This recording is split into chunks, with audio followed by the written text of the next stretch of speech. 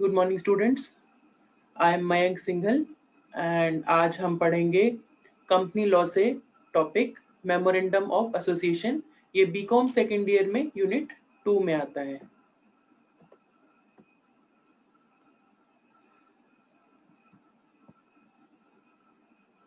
जैसा कि आप लोग देख रहे हैं स्क्रीन पर, यहाँ पर लिखा हुआ है important documents used in the formation of the company. जब भी हम किसी कंपनी को फॉर्म कर रहे होते हैं या बना रहे होते हैं, उस समय 3 इंपॉर्टेंट डॉक्यूमेंट्स की हमको जरूरत पड़ती है, जिनमें से एक सबसे इंपॉर्टेंट डॉक्यूमेंट होता है हमारा मेमोरेंडम ऑफ एसोसिएशन, दूसरा होता है आर्टिकल ऑफ एसोसिएशन और तीसरा होता है हमारा प्रोस्पेक्टस।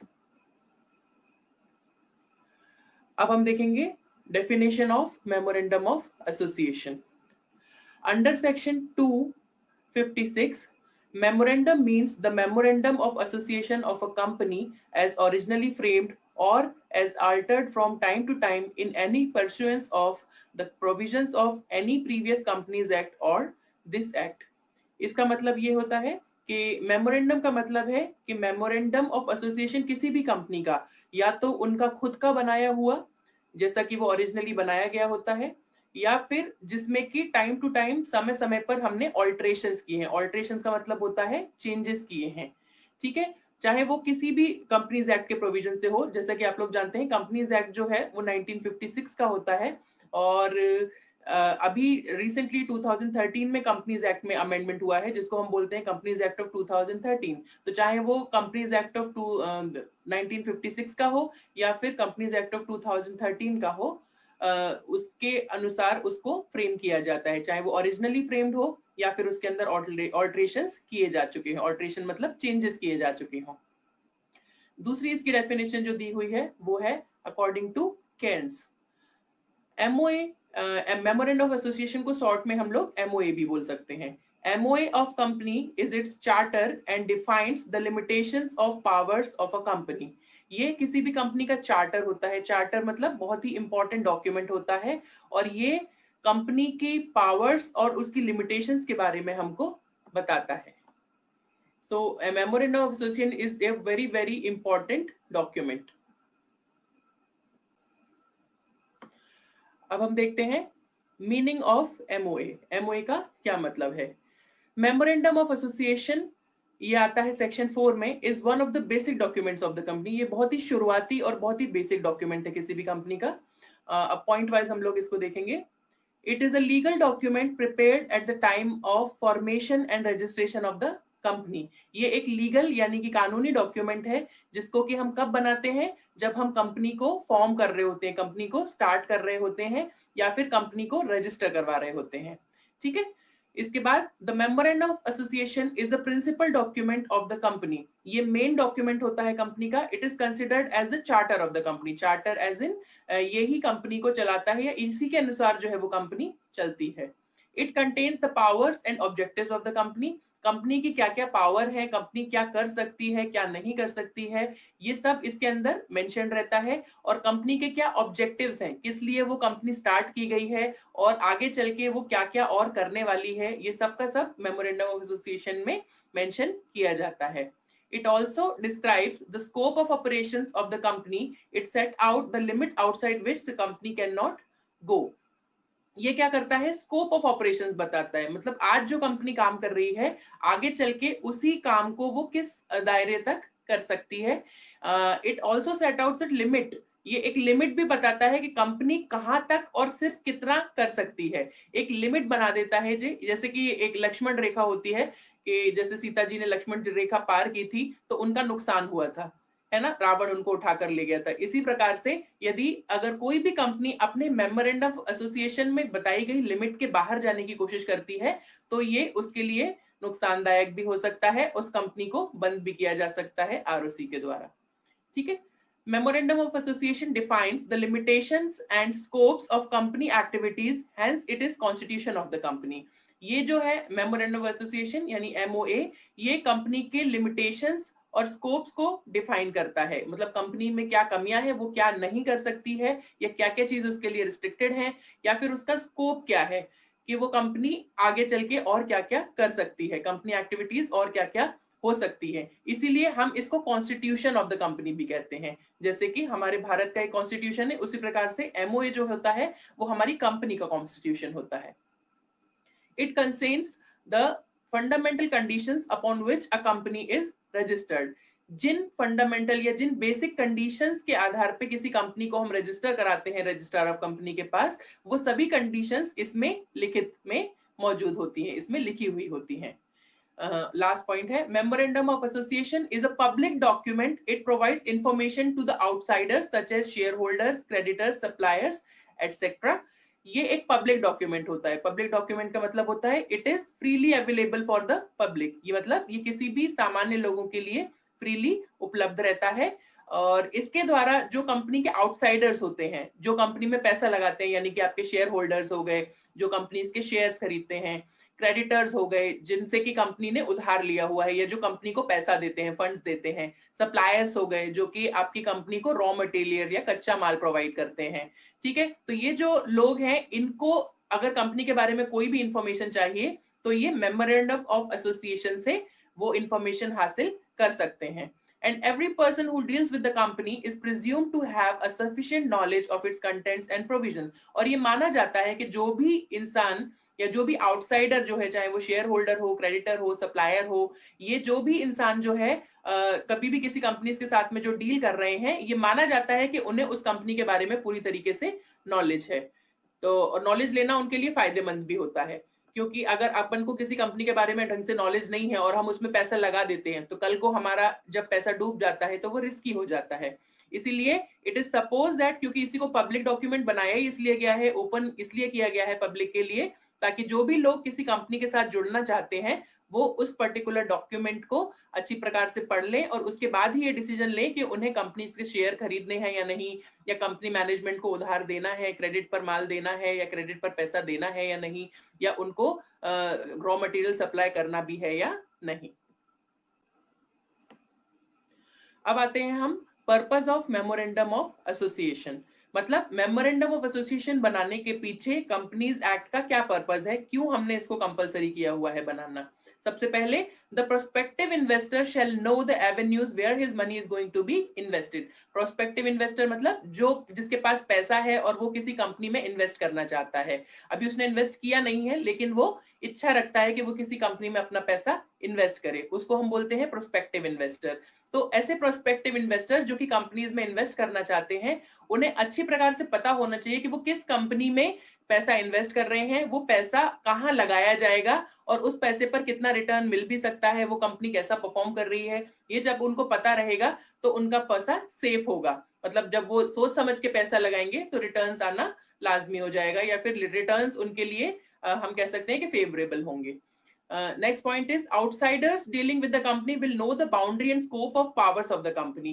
जो भी outsiders हैं, जैसे अभी आपको बताया था, शेयर होल्डर्स, क्रेडिटर्स, सप्लायर्स, जितने भी outsiders उस कंपनी के साथ में डील कर रहे हैं, उनको पता चल जाएगा कि कंपनी की बाउंड्री कहाँ सेट है, या फिर कंपनी की लिमिट्स क्या हैं, या फिर उसमें किसका कितना पावर है और कंपनी क्या कर सकती है, कितना पैसा वो इन्वेस्ट कर सकती है, कितने डायरेक्टर्स रख सकती है, एवरीथिंग जो भी वो कंपनी करती है उसकी स्कोप क्या है, उसकी लिमिट क्या है, ये सभी आउटसाइडर्स जो होते हैं उनको पता चल जाएगा। It regulates the external affairs of the company. Basically हम ये भी कह सकते हैं कि मेमोरेंडम ऑफ एसोसिएशन जो होता है वो एक्सटर्नल अफेयर्स यानी कि कंपनी के बाहर के मामलों के साथ में ज्यादा डील करता है, या फिर ऐसे लोग जो कि कंपनी के बाहर के हैं और कंपनी के साथ में डील करना चाहते हैं, ये उनके अफेयर्स या फिर उनसे रिलेटेड मैटर्स को रेगुलेट करता है। इसीलिए हम इसको कई जगहों पर आप देखेंगे, कई बुक्स में ऐसा लिखा हुआ रहता है कि मेमोरेंडम ऑफ एसोसिएशन को कहा जाता है doctrine of outdoor management, outdoor as in outsiders, है ना।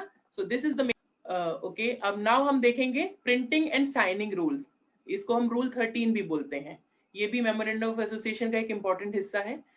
इसमें क्या कहा गया है, under section 3(1) of the companies act of 2013 ये कहा गया है सबसे पहले, एटलीस्ट 7 पर्सन्स यानी subscribers in case of public company. जब भी हम किसी कंपनी का मेमोरेंडम ऑफ एसोसिएशन लिखते हैं तो अगर वो पब्लिक कंपनी है यानी गवर्नमेंट कंपनी है तो उस केस में कम से कम 7 लोगों को उस पर्टिकुलर मेमोरेंडम एसोसिएशन को सब्सक्राइब करना पड़ेगा। सब्सक्राइब मतलब उनको वो इशू करना पड़ेगा, हमको उनको वो लेना पड़ेगा।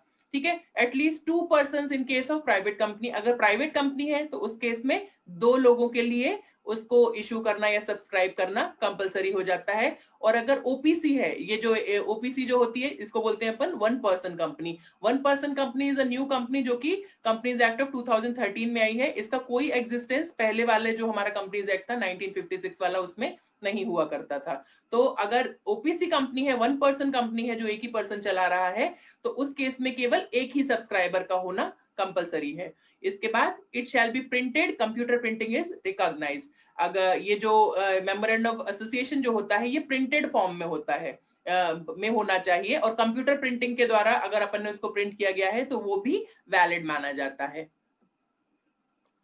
इसके बाद हम देखेंगे forms of memorandum of association. इसमें क्या होता है, कुछ फॉर्म्स दिए रहते हैं। अगर कुछ कंपनीज ऐसी होती हैं जो कि अपना खुद का मेमोरेंडम ऑफ एसोसिएशन लिख सकती हैं।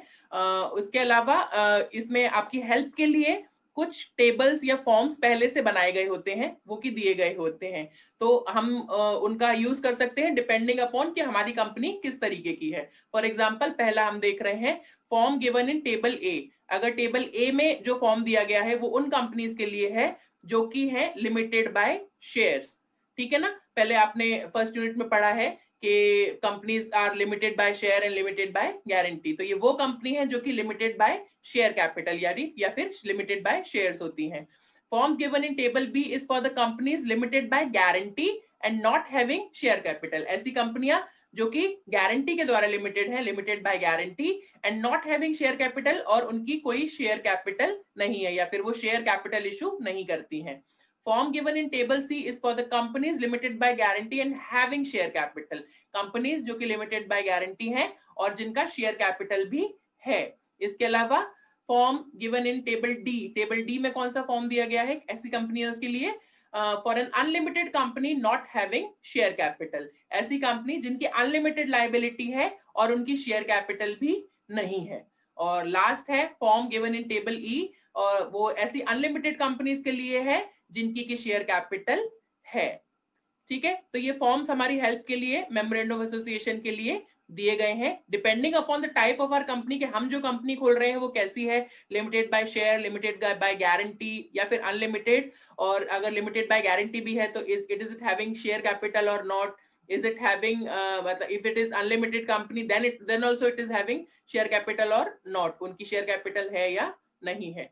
ठीक है, अब आते हैं हम इसके सबसे इंपॉर्टेंट पार्ट पे, वो है इसके क्लॉजेस। भाई मेमोरेंडम ऑफ एसोसिएशन हम जब से देख रहे हैं कि ये एक ऐसा डॉक्यूमेंट होता है, बहुत इंपॉर्टेंट डॉक्यूमेंट होता है, कंपनी के रजिस्ट्रेशन के टाइम पर इसको यूज किया जाता है। लेकिन इस डॉक्यूमेंट में आखिर होता क्या है, what are the things which are mentioned in memorandum of association. तो बेसिकली इसके अंदर हम 6 क्लॉजेस देखते हैं, और आजकल अगर देखा जाए ओपीसी कंपनी भी इसमें शामिल हो गई है तो 7 क्लॉजेस हो गए हैं, वो मैं आपको बाद में बताऊंगा। लेकिन जो मेन तौर पे हम देखते हैं एक मेमोरेंडम ऑफ एसोसिएशन में वो 6 क्लॉजेस होते हैं, जैसा कि आप ये डायग्राम देख रहे हैं स्क्रीन के ऊपर। इसमें क्लॉजेस ऑफ एमओए में सबसे पहले आप देखेंगे ऊपर name clause, then registered office clause, then object clause, फिर उसके बाद आता है लायबिलिटी क्लॉज, फिर आता है कैपिटल क्लॉज, और लास्ट में आप देख रहे हैं एसोसिएशन या फिर सब्सक्रिप्शन क्लॉज। ठीक है, तो अपन यही देखते हैं एक एक करके। So these are the clauses जो वैसे अभी नाम आपको मैंने बताए दिए हैं। पहला आता है name clause, then registered office clause जिसको कि डोमिसाइल क्लॉज भी कहते हैं अपन, और इसके अलावा ऑब्जेक्ट क्लॉज, उसके बाद लायबिलिटी क्लॉज, कैपिटल क्लॉज, और सब्सक्रिप्शन क्लॉज जिसको कि एसोसिएशन क्लॉज भी कहा जाता है। और एक जो मैंने आपको बताया था द 7th वन जो कि 1 पर्सन कंपनीज के लिए होता है, उसको बोलते हैं अपन द नॉमिनेशन क्लॉज। पहले हम यही वाला देख लेते हैं, the nomination clause. It is only for 1 person companies जिसको अपन ओपीसी कहते हैं। तो नॉमिनेशन क्लॉज में क्या होता है, because since it is a 1 person company, 1 person company मतलब वो एक ही आदमी चला रहा है, only 1 person is responsible for the whole company. तो कल को अगर पता चलता है कि उस इंसान को कुछ हो जाता है या वो कंपनी नहीं चला पा रहा है या उसकी डेथ हो जाती है, तो उस केस में क्या हम कंपनी को बंद कर देंगे? नहीं, उस केस में यहाँ पर हम लेकर आते हैं द नॉमिनेशन क्लॉज। तो नॉमिनेशन क्लॉज में क्या होता है, जो भी 1 पर्सन कंपनीज का जो कर्ता धर्ता होता है वो अपना एक नॉमिनी पहले से चुनकर रखता है। तो in case of any miss happening, कुछ भी अगर गलत हो जाता है, उसकी डेथ हो जाती है या वो बीमार हो जाता है या फिर फैटल कोई एक्सीडेंट हो जाता है या फिर वो आगे काम करने लायक नहीं रहता, कोई भी उसको ऐसी इंजरी हो जाती है, तो उस केस में जो उसका नॉमिनी होता है, जो कि पहले से रजिस्टर्ड होता है हमारे मेमोरेंडम ऑफ एसोसिएशन में, वो टेक ओवर कर सकता है, वो उस कंपनी के अफेयर्स को या फिर बिजनेस को आगे बढ़ा सकता है। तो this is the nomination clause, जो कि सिर्फ 1% कंपनीज या फिर ओपीसीज के लिए ही लागू होता है, बाकी और किसी जो नॉर्मल कंपनीज होती हैं उनके लिए ये लागू नहीं होता है। ठीक है, अब सबसे पहले एक एक करके अपन सारे क्लॉज देखेंगे, जिसमें पहला आता है हमारा नेम क्लॉज। नेम क्लॉज नाम से ही पता चल रहा है आपको, the memorandum shall state the name of the company with the word. Basically name clause में क्या आता है कि कंपनी का नाम क्या है। जैसे हम लोगों का एक नाम होता है, हम लोग कुछ लोग अपना फर्स्ट नेम रखते हैं, देन मिडिल नेम रखते हैं एंड देन लास्ट नेम रखते हैं। तो एक जो हमारा पूरा नाम होता है वही हमारी पहचान होता है। तो नेम क्लॉज में हम कंपनी का नाम रखते हैं या फिर कंपनी का नाम क्या होने वाला है या हम क्या रखना चाहते हैं, ये हम नेम क्लॉज में निश्चित करते हैं। ठीक है, इसमें कुछ कंडीशंस हैं, जैसे कि आप देख सकते हैं, अगर वो एक पब्लिक कंपनी है, पब्लिक यानी कि गवर्नमेंट कंपनी है, उस केस में हम क्या करेंगे, जो वर्ड एक लगाएंगे उस कंपनी के नाम के बाद, उसको कहेंगे लिमिटेड। फॉर एग्जांपल अगर अपन नाम लेते हैं एबीसी, कंपनी का नाम है एबीसी, तो if it is a public company, अगर वो पब्लिक कंपनी है तो हम बोलेंगे एबीसी लिमिटेड। और अगर वो प्राइवेट कंपनी है, जैसा कि सेकंड पॉइंट में लिखा हुआ है, तो हम बोलेंगे एबीसी प्राइवेट लिमिटेड। ठीक है, और अगर वो 1% कंपनी है यानी ओपीसी है, तो हम कुछ भी नहीं लिखेंगे, ना लिमिटेड ना प्राइवेट लिमिटेड, सिर्फ हम उस कंपनी के नाम के आगे ब्रैकेट में लिख देंगे OPC. For example ABC bracket में ओपीसी। इसके कुछ कंडीशंस भी होते हैं नेम क्लॉज के, जैसे कि आप देख सकते हैं अनडिजायरेबल नेम्स। अनडिजायरेबल नेम्स मतलब ऐसे नाम जो कि ऐसा माना गया है कि उन नामों को आपको नहीं रखना चाहिए। ऑफेंसिव नेम्स, ऑफेंसिव नेम्स मतलब कोई ऐसा नाम हमने रख दिया कंपनी का जो कि किसी की भावनाओं को आहत कर रहा है, या फिर किसी रिलीजन के बेसिस पे या किसी कंट्री के या किसी व्यक्ति विशेष की भावनाओं को आहत कर रहा है, ऑफेंसिव हो रहा है, ऐसा नाम भी हमको नहीं रखना है। इसके बाद आप देख रहे हैं आइडेंटिकल और near identical names with other companies. हम ऐसा नाम रख लें जो कि बिल्कुल सिमिलर है या फिर मिलता जुलता है किसी ऐसी कंपनी से जो कि पहले से इस्टेब्लिश्ड है। तो इससे क्या होगा, ये भी एक तरीके से अलाउड नहीं होता है नेम क्लॉज के अंदर। क्यों? क्योंकि जो दूसरी कंपनी है वो पहले से काम कर रही है। फॉर एग्जांपल जैसे रिलायंस है, Reliance is a well known company, तो अगर मैं अपनी कंपनी का नाम रिलायंस रख दूं या फिर रिलायंस से मिलता जुलता कर दूं, उसकी स्पेलिंग में थोड़ा सा हेर फेर कर दूं, सी की जगह मैं एस लगा दूं उसके अंदर, और मैं कहूं कि मेरी कंपनी का नाम रिलायंस है, तो यहाँ पर क्या होगा, बहुत सारे ऐसे इन्वेस्टर्स होंगे, बहुत सारे ऐसे कस्टमर्स होंगे जो कि मेरी कंपनी का सामान ये सोच के खरीद लेंगे कि ये शायद वो वाली रिलायंस कंपनी है जो कि अंबानी जी चलाते हैं, है ना। तो इसीलिए आइडेंटिकल और नियर आइडेंटिकल नेम्स को हमको नहीं रखना है, अवॉइड करना है। और अगर ऐसी कोई नेम अपन रिक्वेस्ट करते हैं रजिस्ट्रार ऑफ कंपनी से, तो वो उसको खारिज कर देती है, वो हमको अलाउ नहीं करती उस नाम को रखने के लिए। इसके अलावा misleading names should also be avoided. जैसे मिसलीडिंग नेम मतलब फॉर एग्जाम्पल मैं किसी गवर्नमेंट की योजना के नाम से कोई कंपनी खोल दी, लाइक कौशल विकास कंपनी, प्रधानमंत्री कौशल विकास कंपनी, या महात्मा गांधी, या फिर मैं किसी फ्रीडम फाइटर के नाम पे कोई कंपनी खोल दूं, तो कहीं ना कहीं इससे ये इंप्रेशन मिलेगा कि मेरी कंपनी जो है वो एक गवर्नमेंट कंपनी है या फिर गवर्नमेंट की किसी स्कीम के तहत खोली गई है।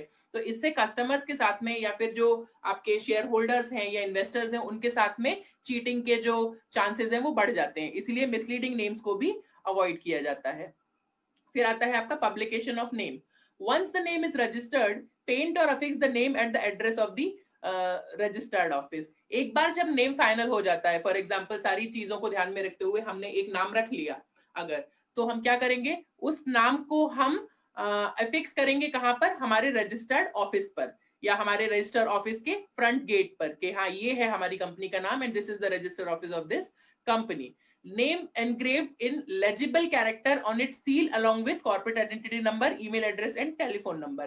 जो हमारी सील होती है, जो अपन ने स्टार्टिंग में फर्स्ट यूनिट में पढ़ा हुआ है कि company has its common seal, वो सील जो होती है वो अपन उसके हर लीगल डॉक्यूमेंट पे यूज करते हैं। तो वो जो सील है, उस सील में भी उस कंपनी का नाम होना चाहिए इन लेजिबल कैरेक्टर। लेजिबल कैरेक्टर मतलब जिस कैरेक्टर में या जिस फॉन्ट में हमने वो नाम रजिस्टर कराया है पर्टिकुलर, उसी फॉन्ट या उसी स्टाइल ऑफ राइटिंग में वो उस सील पर भी मेंशन होना चाहिए। इसके अलावा जो आपका कॉर्पोरेट आइडेंटिटी नंबर होता है CIN, वो CIN नंबर जो हमको स्पेशली मिलता है फ्रॉम रजिस्ट्रार ऑफ कंपनीज, वो CIN नंबर हमको उस पे मेंशन करना पड़ेगा ऑन द सील।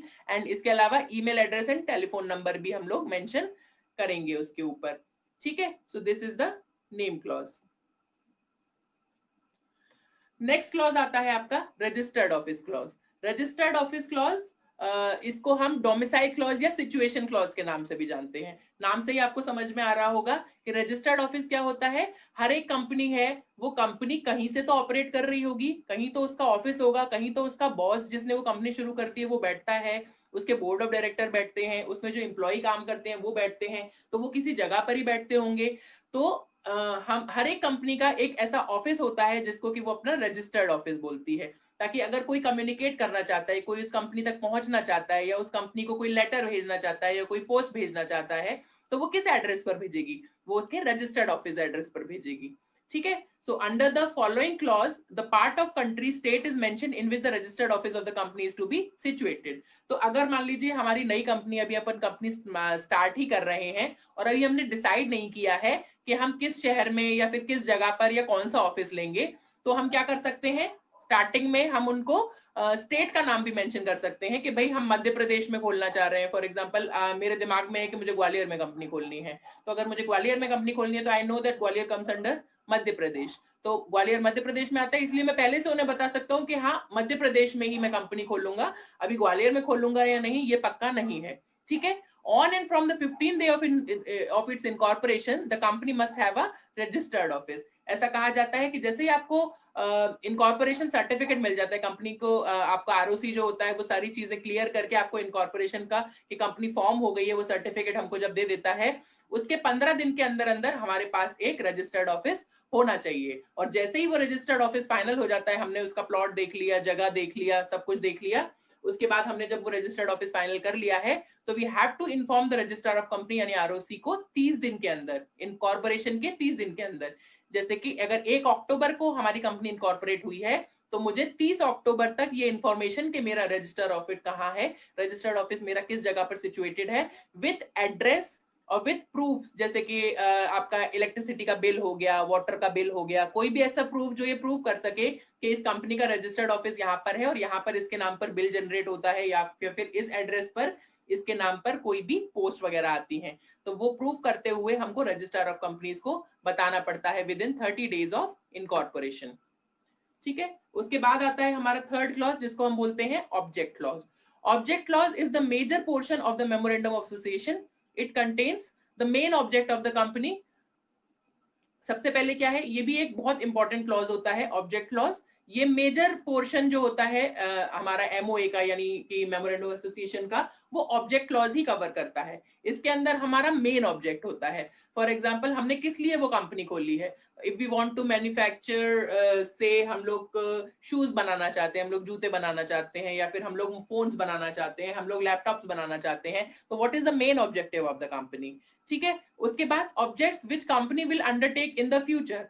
आज हम भले ही मोबाइल बना रहे हैं, या फिर आज हम भले ही मान लीजिए शूज बना रहे हैं, लेकिन कल को हम किसी और बिजनेस में भी, कल को हम गारमेंट्स भी बनाना चाहते हैं, तो अगर ऐसा हमारा कोई ऑब्जेक्ट है फ्यूचर में कि हम उसको और एक्सपैंड करेंगे, तो वो हम पहले से यहाँ पर मेंशन कर सकते हैं, ठीक है। As the company can not go beyond the objects mentioned in its memorandum, so any objects that company can undertake in future should also be included in the object clause. ये हम क्यों करते हैं, क्योंकि एक बार जो हमने अपने एमओए में लिख दिया, जो ऑब्जेक्टिव्स हमने अपने एमओए में यानी कि मेमोरेंडम ऑफ एसोसिएशन में हमने मेंशन कर दिए, उन ऑब्जेक्ट से फिर अपन बाहर नहीं जा सकते, उसके बाद हम कोई नया ऑब्जेक्टिव नहीं बना सकते। मतलब बना सकते हैं लेकिन ऐसे नॉर्मली पॉसिबल नहीं है, उसके लिए हमको अमेंडमेंट करना पड़ता है उसके अंदर, ठीक है ना। तो वो अपन बाद में उसके स्टेप्स देखेंगे, लेकिन अभी के लिए मैं बता दूं आपको कि ऑब्जेक्ट क्लॉज में हम जो हमारा मेन ऑब्जेक्टिव है या फिर वो ऑब्जेक्टिव जो हम फ्यूचर में लेना चाहते हैं, वो इसलिए मेंशन करते हैं क्योंकि एक बार जो ऑब्जेक्टिव हमने एमओए में लिख दिए, फिर हम उन ऑब्जेक्टिव से बाहर आसानी से नहीं जा सकते। तो इन फ्यूचर अगर मान लीजिए हमने कुछ और काम करने की कोशिश की तो वो इलीगल हो जाएगा। इसके लिए मैं आपको एक एग्जांपल बताता हूँ। एक कंपनी है, वो रेलवे वैगन्स बनाती थी, रेल की बोगियां बनाती थी, लेकिन कुछ टाइम के बाद उसने क्या किया, रेल की पटरी का कॉन्ट्रैक्ट लेना भी शुरू कर दिया, या फिर रेलवे लाइन बिछाने का भी कॉन्ट्रैक्ट लेना शुरू कर दिया। उस पर जो उसके शेयर होल्डर्स थे या फिर जो उसके मेंबर्स थे, उन्होंने उस पर ऑब्जेक्शन उठाया, केस कोर्ट में गया और कोर्ट में ये साबित हुआ, क्योंकि उसने अपने मेमोरेंडम में ये मेंशन नहीं किया था कि वो वैगन्स के अलावा कुछ और भी बना सकती है, कोई और बिजनेस भी ले सकती है, इसीलिए उसको वो रेलवे लाइन वाले बिजनेस से हाथ बाहर खींचने पड़ गए, है ना। तो अगर अपन को पहले से ही पता है कि हम आगे चल के कौन सा ऑब्जेक्टिव लेने वाले हैं या फिर हम और क्या क्या बिजनेस करने वाले हैं, तो वो हमको पहले से ही अपने एमओए में मेंशन कर देना चाहिए, ठीक है। सो this is the object clause.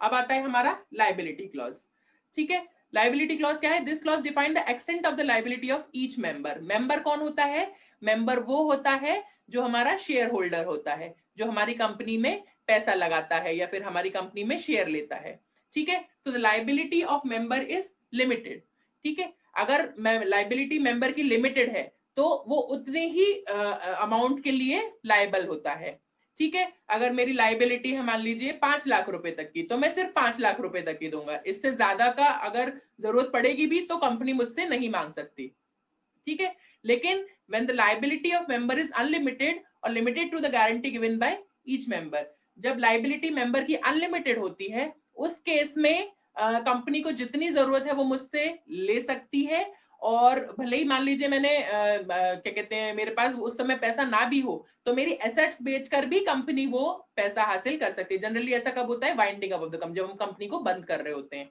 जब हम कंपनी को बंद कर रहे होते हैं उस केस में क्या होता है, अगर मेंबर की लाइबिलिटी अनलिमिटेड है तो उसको अपने एसेट्स को बेचकर भी कंपनी को पैसा देना पड़ता है, ठीक है। तो this is the liability clause, किसकी कितनी लाइबिलिटी है, किस मेंबर की कितने मेंबर्स हैं और उसकी कितनी कितनी लाइबिलिटी है, ठीक है। उसके अलावा लिमिटेड है, अनलिमिटेड है, लिमिटेड बाय शेयर्स है, लिमिटेड बाय गारंटी है, ये सब कुछ लाइबिलिटी क्लॉज में हमको मेंशन करना होता है एमओए के।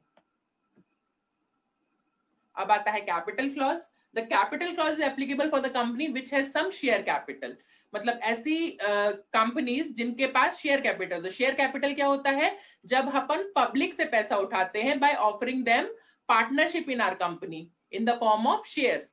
जब वो हम शेयर्स के थ्रू पब्लिक से पैसा उठाते हैं, फॉर एग्जांपल मुझे अपने किसी कंपनी के प्रोजेक्ट के लिए पैसों की जरूरत है, तो मैं वो पैसा किसी से उधार ना लेकर लोगों से लेता हूं इन द फॉर्म ऑफ शेयर, और उनको उसके बदले में अपने कंपनी में हिस्सेदारी बेचता हूं, कितने भी परसेंट की, 1%, 0.1%, 0.2%, वो अपन शेयर्स के फॉर्म में उनको देते हैं। तो ऐसी कंपनीज जो कि शेयर कैपिटल इशू करती हैं या फिर मार्केट से पैसा उठाती हैं, लोगों से पैसा उठाती हैं, उनके लिए कैपिटल क्लॉजेस कंपलसरी उन पर एप्लीकेबल होता है। Amount of authorised capital with which the company gets registered. सबसे पहले तो इसमें यह बताना होता है कि कंपनी ने अपनी खुद की कैपिटल कितनी लगाई हुई है, कितनी कैपिटल के साथ में वो कंपनी रजिस्टर्ड हुई है, ठीक है।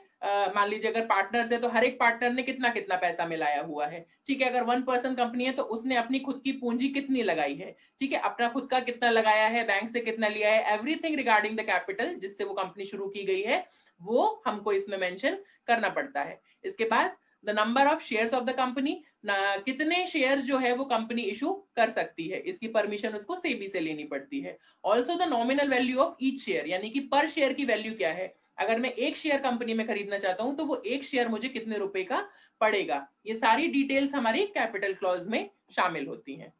इसके बाद आता है हमारा सब्सक्रिप्शन क्लॉज। सब्सक्रिप्शन क्लॉज क्या है? This clause provides that those who have agreed to subscribe to the memorandum must signify their willingness to associate and form a company। ऐसे लोग जो कि मेमोरेंडम को सब्सक्राइब कर रहे हैं, यानी कि मेमोरेंडम को पढ़ रहे हैं और कहीं ना कहीं वो उस फॉर्म क्या कहते हैं, मेमोरेंडम को एक तरीके से पढ़ रहे हैं और वो इंटरेस्ट रखते हैं उस कंपनी में पैसा लगाने के लिए, they must signify their willingness. वो लोग विलिंगली उस कंपनी में पैसा लगा रहे हैं, ये चीज उनको बतानी पड़ती है उसके अंदर, सब्सक्रिप्शन क्लॉज के अंदर। The memorandum of company limited by shares and company limited by guarantee each shall contain different statement. जो मेमोरेंडम ऑफ कंपनी होता है, मेमोरेंडम जो भी अपन बनाते हैं, अगर वो लिमिटेड बाय गारंटी है या लिमिटेड बाय शेयर्स है, तो दोनों के लिए हमको अलग अलग स्टेटमेंट्स देने पड़ते हैं। अगर विलिंगली सब्सक्राइबर जो है वो स्टेटमेंट नहीं दे रहा है, दैट मीन्स कहीं ना कहीं सब्सक्रिप्शन क्लॉज हमारा इनकम्प्लीट रह जाता है। नेक्स्ट स्लाइड में हम देखते हैं कि स्टेटमेंट क्या कहता है। जैसे कि statement for company limited by share, ऐसी कंपनी जो कि लिमिटेड बाय शेयर है, उनके सब्सक्राइबर्स को क्या स्टेटमेंट देना पड़ता है लिखित में? We the several person whose names and addresses are subscribed are desirous of being formed into a company in pursuance of the memorandum of association, and we respectively agree to take the number of shares in the capital of the company set opposite to our respective names. क्या है, वो बताते हैं कि हम लोग जो भी हैं, हम लोग मिलकर ये कंपनी स्टार्ट करना चाहते हैं या फिर इस कंपनी में पैसा लगाना चाहते हैं according to the memorandum of association, उसके अनुसार जो कि मेमोरेंडम में लिखा गया है, और हम इसके लिए अपनी सहमति दे रहे हैं, we respectively agree to that. ठीक है, to take the number of shares in the capital. अब जब अपन उसको सब्सक्राइब कर रहे हैं तो हमको शेयर लेना पड़ेगा, एटलीस्ट 1 शेयर तो आपको लेना ही पड़ेगा इन केस अगर अपन उसको सब्सक्राइब कर रहे हैं. बाकी डिपेंड करता है, minimum 1 share you have to take, बाकी मैक्सिमम आप कितना भी ले सकते हैं. ठीक है, जितना भी वो कंपनी अलाउ करती है किसी को भी लेने के लिए. In the capital of the company set opposite to our respective names, जो कि उनके नाम के आगे लिख दिया जाता है कि भाई इनको मेंबर बनाया गया है या इन्होंने इस एमओए को सब्सक्राइब किया है विद इतने नंबर ऑफ शेयर्स. ठीक है, नेक्स्ट आता है statement for company limited by guarantee. जो कंपनियां गारंटी से लिमिटेड होती हैं उनके लिए क्या स्टेटमेंट होता है, we the several person whose names and addresses are subscribed are desirous of being formed into a company in pursuance of the memorandum of association. ठीक है, ये इसके लिए होता है.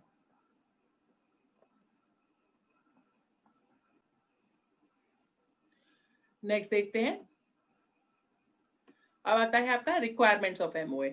एमओए के लिए क्या क्या रिक्वायरमेंट्स होती हैं, ये दिया गया है हमारा सेक्शन 19 में. ठीक है, तो जब हम एमओए बना लेते हैं तो हमें क्या क्या रिक्वायरमेंट्स को फुलफिल करना पड़ता है according to the companies act of 2013.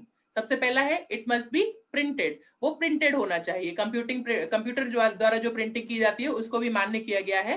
तो सबसे पहली चीज है कि मेमोरेंडम जो है वो प्रिंटेड होना चाहिए.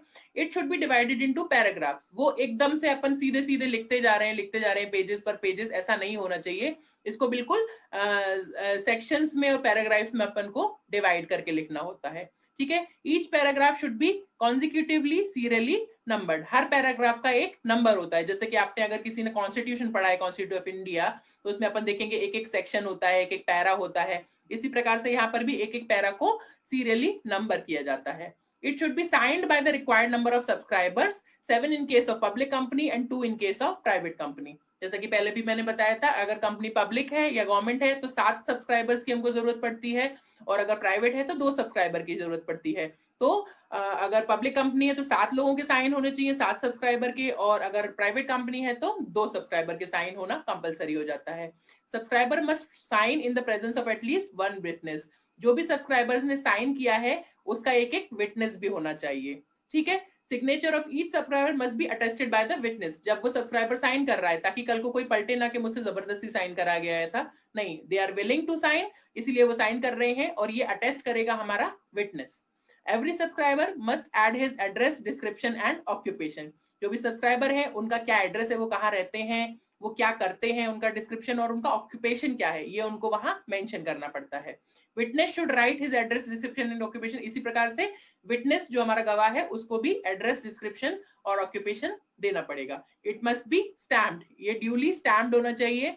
स्टैम्प मतलब जो ड्यूटी स्टैम्प्स होते हैं हमारे गवर्नमेंट ऑफ इंडिया के, उसके द्वारा ये स्टैम्प्ड होना चाहिए. These are the requirements of MOA. ठीक है, अब आती है conditions to be fulfilled for the registration of MOA. जब हम इसको रजिस्टर कराने जाते हैं, रजिस्ट्रार ऑफ कंपनी के पास भेजते हैं, तो कौन सी कंडीशंस इसमें फुलफिल होनी चाहिए, पूरी होनी चाहिए. ये आता है हमारा सेक्शन 30, 31, 32 एंड 33 के अंदर. देखते हैं. Memorandum shall be filed with registrar for registration. The registrar shall register the MOA only if the following conditions are fulfilled. जब भी हम MOA रजिस्ट्रार के पास में रजिस्ट्रेशन के लिए भेजते हैं तो वो इसको तभी रजिस्टर करेगा जब ये सारी कंडीशंस हो जाएंगी. सबसे पहले the company is form for lawful purpose. जो भी कंपनी खोली जा रही है वो कानूनी रूप से सही कंपनी है, मतलब जो भी वो काम आगे करना चाहती है या जो भी उसके ऑब्जेक्टिव हैं वो लॉफुल होने चाहिए, यानी कानूनी रूप से ठीक होने चाहिए. ऐसा नहीं कि हम कोई ड्रग्स बेचने के लिए या फिर कोई बॉम्ब बनाने के लिए या फिर ऐसा कोई काम है जो कि लॉफुल नहीं है, कानूनी रूप से सही नहीं है या गवर्नमेंट इंडिया के द्वारा अलाउड नहीं है. ऐसा काम करने के लिए कोई कंपनी खोल रहे हैं तो वो सीधे सीधे रिजेक्ट हो जाएगी और उसको जेल भी हो जाएगी. लेकिन यहाँ पर क्या कहते हैं, अगर कंपनी लॉफुल पर्पस या फिर कानूनी रूप से सही पर्पस के साथ खोली जा रही है तो अपन उसको अलाउ कर सकते हैं. नेक्स्ट है none of the object stated is inappropriate और डिसेप्टिव. जो भी ऑब्जेक्टिव्स या ऑब्जेक्ट्स उसमें लिखे गए हैं कंपनी के द्वारा वो इनअप्रोप्रिएट नहीं है, वो मतलब गलत है सामाजिक दृष्टि से या किसी और दृष्टि से, या फिर डिसेप्टिव नहीं है या धोखा देने की इच्छा से नहीं रखे गए, मतलब ऑब्जेक्टिव्स में ही अपन धोखा दे रहे हैं। तो ऐसी कंपनी जो धोखेबाजी के साथ शुरू हो रही है तो वो तो फिर आगे चल के चीटिंग ही करेगी। इसीलिए none of the object should be inappropriate और डिसेप्टिव, कोई धोखेबाजी या फ्रॉड करने की इच्छा से ऑब्जेक्ट्स नहीं रखे होने चाहिए। Then all the legal requirements regarding registrations are duly compiled with. इसके अलावा रजिस्ट्रेशन की जितनी भी फॉर्मेलिटीज होती हैं, लीगल रिक्वायरमेंट्स होती हैं, वो सारी की सारी पूरी कर ली गई हैं। ये तीनों चीजें सुनिश्चित करने के बाद ही उसको रजिस्ट्रार जो है उसको रजिस्टर करेगा हमारे एमओए के। After the registration of MOA, registrar shall enter the name of the company in the register of companies and issue certificate of incorporation। जैसे ही हमारा MOA रजिस्टर हो जाता है तो एक बहुत बड़ा स्टेप हमारी फॉर्मेशन ऑफ कंपनी का कंप्लीट हो जाता है। इसके बाद रजिस्ट्रार अगर चाहे तो इनकॉर्पोरेशन सर्टिफिकेट भी इशू कर सकता है, यानी कि कंपनी हमारी ऑन पेपर जो है वो रेडी हो जाती है for the working. So these are the conditions to be fulfilled for the registration of MOA। I hope आपको आज का लेक्चर पसंद आया होगा और जो भी कंसेप्ट्स मैंने आपको बताए वो आपके क्लियर हुए होंगे, आपके समझ में आ गए होंगे। ठीक है, इसके बाद भी अगर आपको कोई डाउट आता है तो आप बुक्स रेफर कर सकते हैं, जैसे जीके वार्षिणी की बुक है जो आपके सिलेबस के अकॉर्डिंग होती है, और जो एक एनडी कपूर की भी बुक आती है, कंपनी लॉ की भी आती है, मर्केंटाइल लॉ के नाम से भी आती है, तो आप वो भी रेफर कर सकते हैं। तो बुक्स में क्या है, केसेस दिए रहते हैं तो उससे और ज्यादा कंसेप्ट आपके क्लियर हो जाएंगे। ठीक है, तो अब मिलेंगे हम अगले लेक्चर में अगले टॉपिक के साथ। So I wish you all nice day and thank you so much for listening to me. Thank you.